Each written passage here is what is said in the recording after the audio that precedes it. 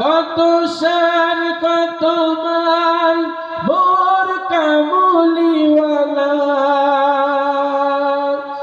আরশের মেহমান করেছেন আল্লাহ।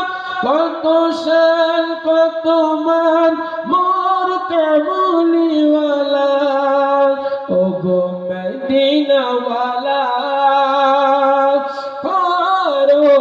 করুণা দিদার দাও গো শাহে মদিনা দিদার দাও গো শাহে মদিনা।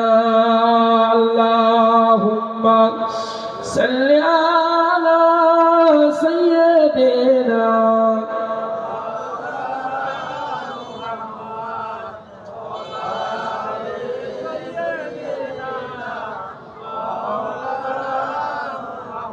তো ভাই আমার দোস্ত আমার, যে কথা আমার শুরুতে মিডিলে শেষে একই কথা, আমার নবীকে অন্তর দিয়ে ভালোবাসবেন।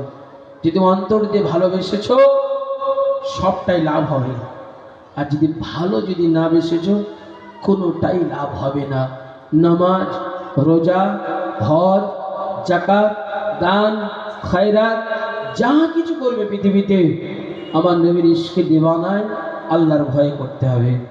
আমার আল্লাহর ভয়ে আর নবীর মহব্বতে যদি জীবন যদি গড়তে পারি, কবরটাও আল্লাহ জান্নাতের বাগান বানিয়ে দেবেন। আল্লাহ কবুল করেন, বলুন আল্লাহুম্মা আমিন।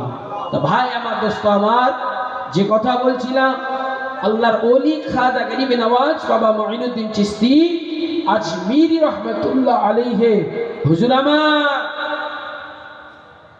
যখন ম্যাপটা বুঝিয়ে দিলেন, কারণ ওই পিরিয়ডে গুগল ছিল না, ওই পিরিয়ডের ম্যাপ লোকেশন ছিল না।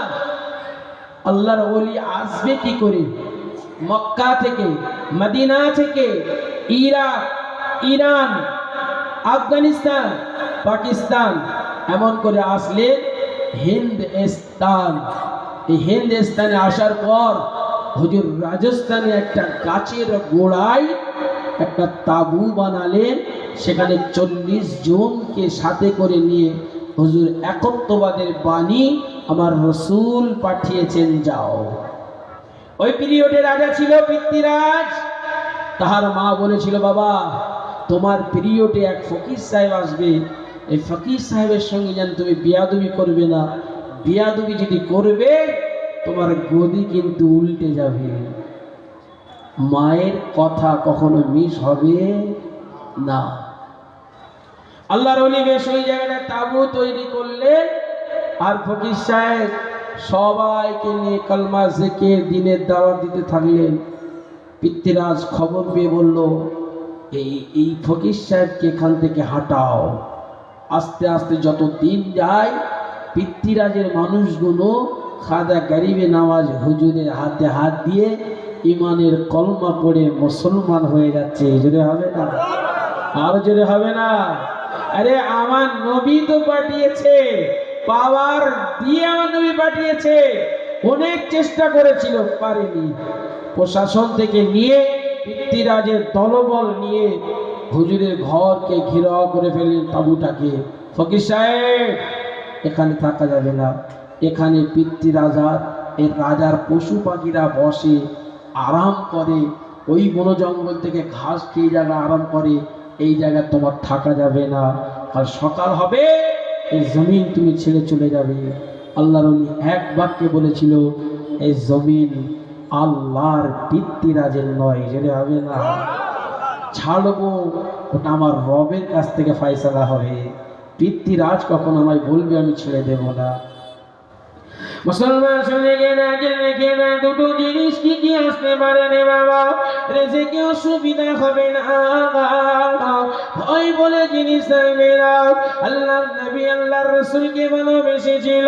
সুলতানুল হিন্দ খাজা গরিবে নওয়াজ বাবা মুঈনুদ্দিন চিশতি আজমিরি রহমাতুল্লাহ আলাইহি আমার নবীকে এত প্যার করেছিল বলে আল্লাহর ওই জায়গায় দাঁড়িয়ে বলেছিল, বাবা এই জমিন হলো আল্লাহ, খবরদার এই জমিন পিতৃরাজের নয়, এই জমিন আমি ছাড়বো না।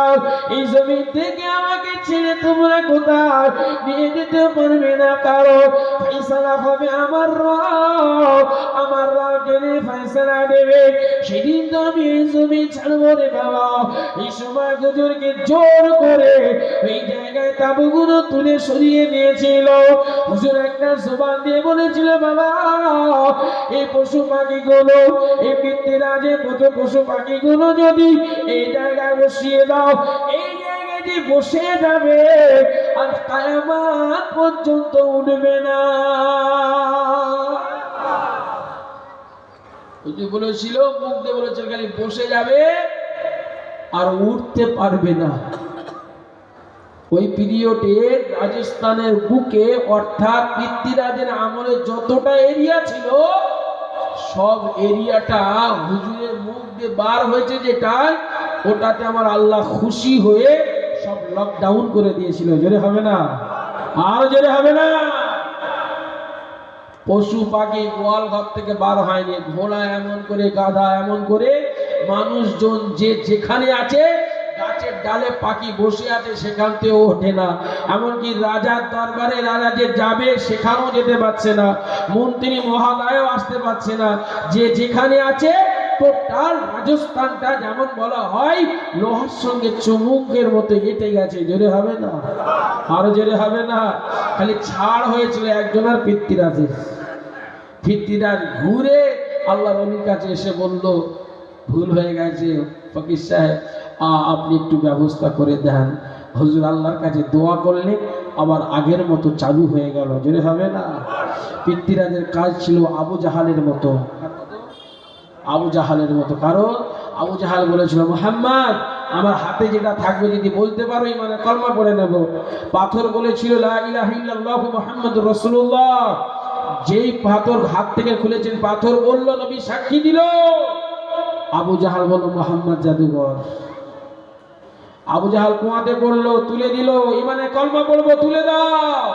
উঠে যাবার পর বলছে জাদুঘর। কথা বুঝতেছেন? আমার নবীর এই আঙ্গুলের ইশারায় চাঁদ দুখণ্ডিত হয়েছিল, ঠিক কিনা বাবা? তখনও বলেছিল জাদুঘর। কথা বুঝতেছেন? পিতৃরাজটি ওই সময় যখন মুসিবতে পড়ছে তখন হুজুর বাঁচাও, আর যেই ঠিক হয়েছে বলছে না রাখা যাবে না, দলে দলে লোক কাটছে। মুসলমান শুনে গেলেন ওই সময় পিতৃরাজ ঘোষণা করে দিল, এই ফকির সাহেবকে রব্দ করতে গেলে ও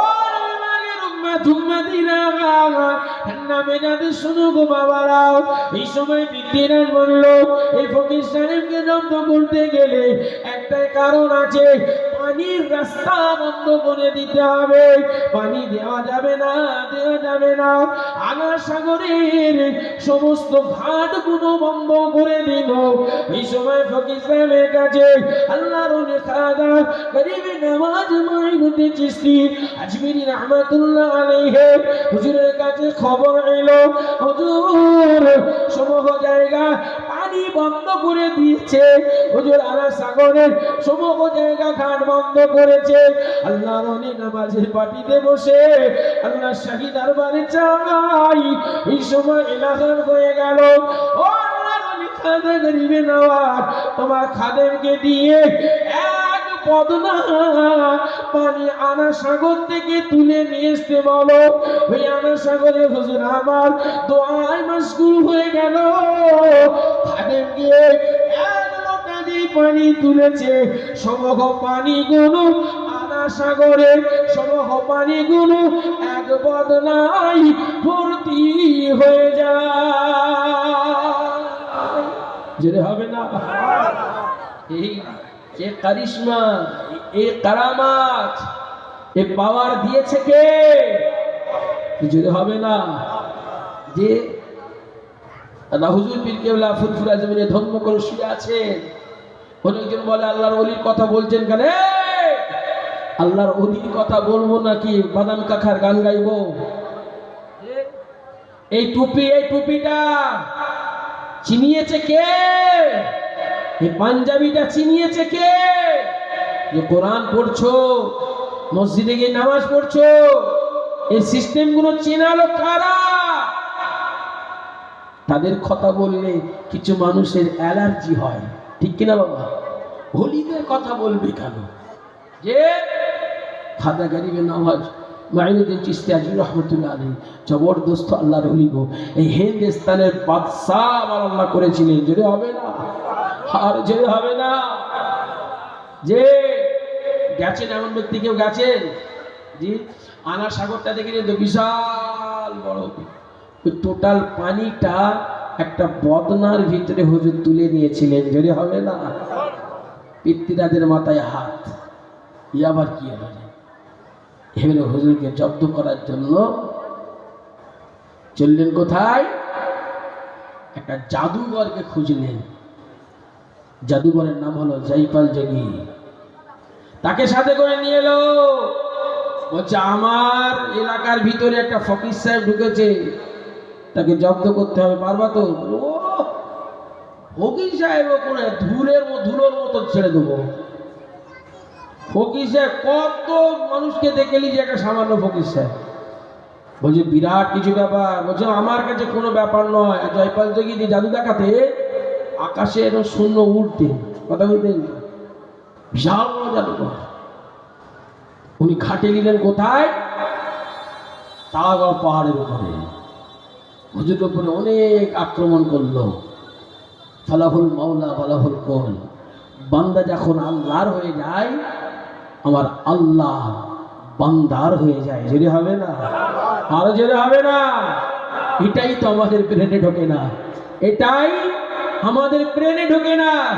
কারণ তোমার মা তোমাকে যতটা ভালোবাসে, মা তোমাকে যতটাই রাগ বন্ধ করুক আর যতই ভালোবাসো, মায়ের মনে মায়া দয়া মহব্বত প্রেম প্রীতি দিয়েছে কে? জোরে বলো। আমার আল্লাহ দিয়েছে।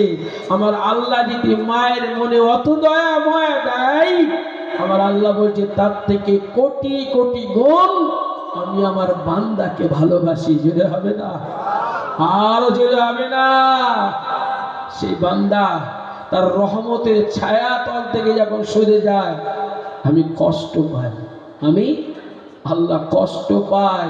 আমার দয়ার জান্নাত সুন্দর করে সাজিয়েছি, আমার কেবলমাত্র আমার বান্দারা আয়েশ করবে। আমার বান্দারা আমার জান্নাতে যাবে। আর জান্নাতে যেদিন পৌঁছে যাবে, আমি আল্লাহ সেই দিন আমার বান্দাকে একটা প্রাইজ দেব।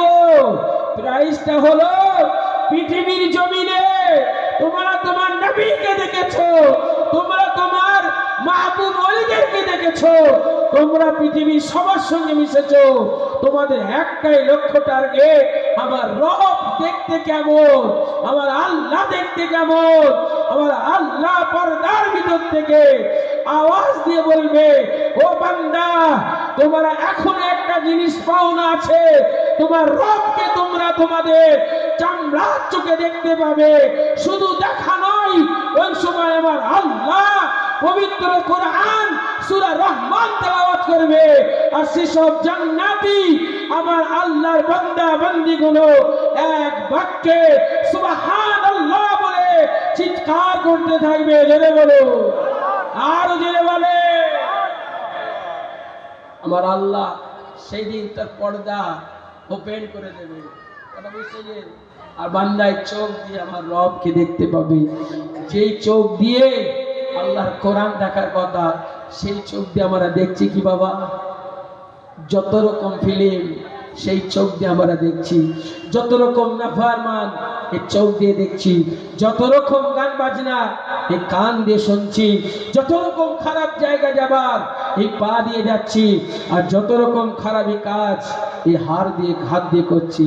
জি, কেউ দেখে না, দেখছে। যদি বলো, কেউ বোঝে না, বোঝে কে? কেউ শোনে না, শোনে কে? শোনাচ্ছেন মানে আপনার দুটো কাঁধে দেখবেন দুটো ফেরেশতা দেওয়া আছে, নাকি গো বাবা? জি, এই যে আমরা একটা দেখবেন বড় শপিং মহলে, ধরেন একটু উদাহরণ, বড় শপিং মহলে আপনি ঢুকেছেন, সেখানে যে আপনি কিছু কেনাকাটা করেছেন, কেনাকাটার পর দেখবেন সেখানে কেউ যদি বিল টিল যদি না দিয়ে চলে আসে, ও ধরা পড়ে কিসে বলেন তো? ক্যামেরা ক্যামেরা ক্যামেরা ক্যামেরাটাকে নাম কি? ক্যামেরাটার নাম হলো সিসি ক্যামেরা। আদে ওই ক্যামেরাটার নাম সিসি নয়, আদে ওই ক্যামেরাটার নাম ছিল ছি ছি ক্যামেরা। কি ছি ছি ছি ক্যামেরা? জি, কারণ ওতে ধরা পড়ছে কোনগুলো কি কথা জিনিস ধরা পড়ে, ছি ছি গুলোই ধরা পড়ে। বাবা এই ছি ছিটা উঠলো কিভাবে? বান্দা যখন কোনো নাফরমানি করে, এই দুটো ফেরেশতা, একটা কিরামান কাতিবিন, জি লেখক ফেরেশতা, জি এই দুটো জিনিসে লিখতে থাকে। আর এই বান্দা যখন ভালো কাজ করে, তখন ওই ফেরেশতাগুলো ওই বান্দার জন্য আল্লাহ শাহী দরবারে বারংবার চাইতে থাকে। আর ওই বান্দা যখন খারাপ কাজ করে, খারাপ আল্লাহর অপছন্দনীয় কাজ করে, তখন এই দুটো ফেরেশতা বলতে থাকে, হাই রে, হাই মুসলমান, হাই আল্লাহর বান্দা, ছি ছি ছি এসব কাজগুলো করে বেড়াচ্ছ। তাই এখান থেকে ফেরেশতা দিল ছি ছি, আর ওই ছি ছি থেকে এসেছে সি সি। কথা বুঝতে পেরেছেন বাবা? কেন এও তোমার ক্যামেরা করেছে না? মায়ের পেট থেকে তোমার ক্যামেরা তোমার পিছনে লাগানো হয়ে যায়। মায়ের পেট থেকে পৃথিবীতে আসবে, পৃথিবীর জমিনে কেমন থাকবে, কেমন ভাবে তুমি চলে যাবে, টোটালটাই যা কিছু করেছো সেদিন রব খুলে দেবে।